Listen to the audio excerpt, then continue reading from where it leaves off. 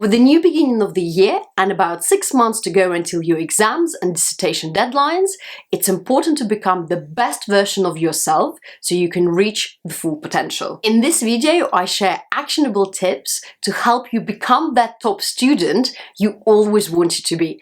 And trust me, with the right techniques and habits, you can definitely achieve it. So without further ado, let's get into this video. The only thing I ask in return is please subscribe to my channel, like this video, and do let me know what next topics you'd like to see on my channel.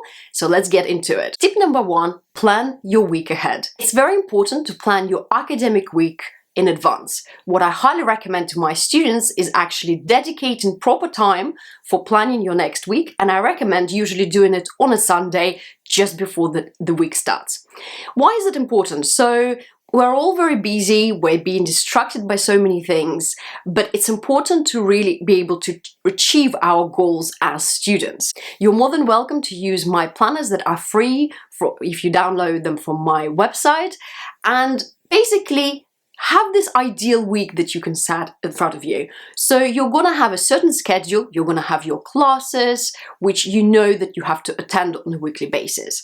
Around those classes, you're quite likely to have some free periods or free times or blocks of times. So what I recommend that you actually dedicate those blocks for certain work, for certain subjects, and stick to it on a weekly basis. Obviously, this is flexible. You can change these things as you go along, but it's very important to set those things in advance and try to keep to those things as much as possible. Because the worst thing that can happen is, let's say you get to that free block of time and you're like, actually, I don't know what I want to do. Do I have the right textbook? Do I have the right tools and stationery, or did I bring my computer?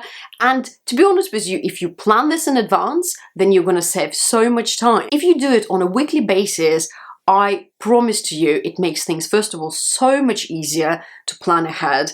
And then if you find that you have certain things you need to do more of, like a certain subject or dissertation or an essay, then you can rearrange and be flexible about your timing. Tip number 2, do proper revision notes using paper and pen. There is so much technology available to us, iPads, computers, which provide us so many beautiful tools to take the notes. However, there are many scientific studies that show that writing notes using pen and paper is the best way still to go. A recent Princeton University study showed that taking notes by pen and paper actually increases the score of the students. So why is it so important to do revision notes? Well, first of all, it teaches you to take any academic information and actually paraphrase and summarize that academic material in your own words. So it's basically your interpretation of how you understand that particular topic. A different scientific study proposed a hypothesis of why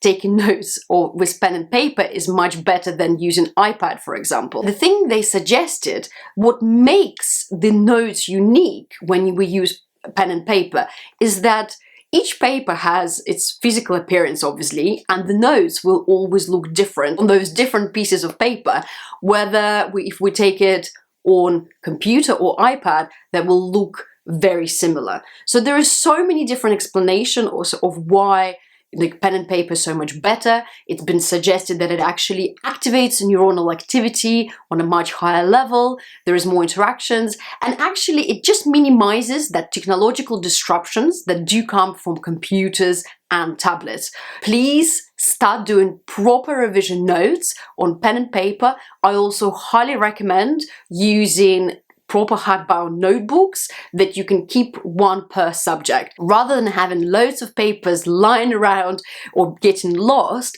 just get a proper hardbound notebook, and then you can write everything in one place for one subject and actually create those notes that you can just read before your exams. Tip number 3, do your revision notes as soon as you cover the topics. So what I mean by that is, as soon as the topic is covered either via the lecture material or in school, make sure that in your set time of the academic routine, you actually dedicate proper time for making revision notes.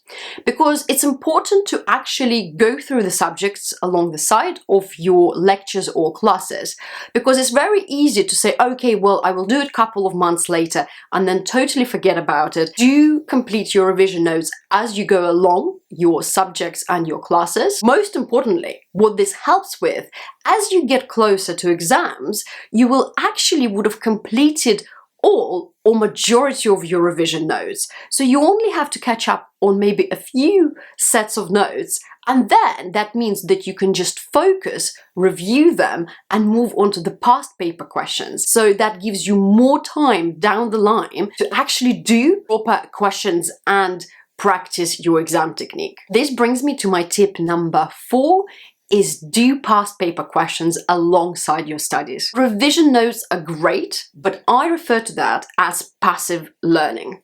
So passive learning is when you actually have to cover the theory. Revision notes are very important. I will make separate videos on how I make my revision notes. It took me ages to develop my style, but I do have a style that basically simplifies any academic topic I need to learn, which helped me a lot as a student and now helps me a lot as an educator as well. Alongside your revision notes, you must do exam questions as you go along in your studies. So you don't have to wait until the exams to actually practice your knowledge, because without practicing the questions, how do you know that you've actually learned that questions? Most likely you're not going to be tested on regurgitating the material back on the paper. It's most likely you will need to paraphrase and apply your knowledge to a certain question. Very essential that you do those questions, just even a couple of pages, to see what examiners ask on your particular course. And my final tip number 5 is don't burn out and have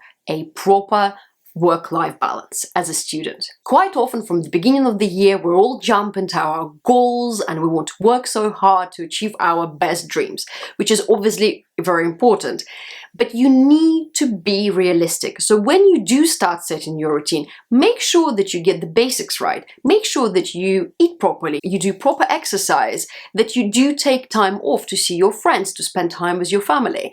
And it's important to realize that saying, okay, well, these are the times when I do academic work, and this is a time when I actually do different things, because it's important to take those breaks. It's important to take those breaks to recharge your batteries, because funnily enough, the majority of the learning actually occurs when we sleep, because we're building those neuronal networks that of the new informations that we've learned. It's important to have that balance.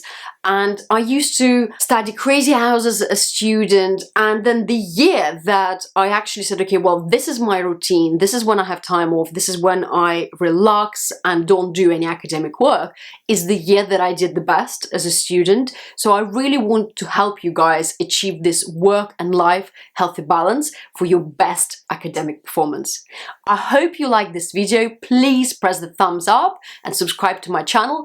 Please do let me know in the comments below what's the next video you'd like to see, and I will see you in my next video. Thank you so much and goodbye.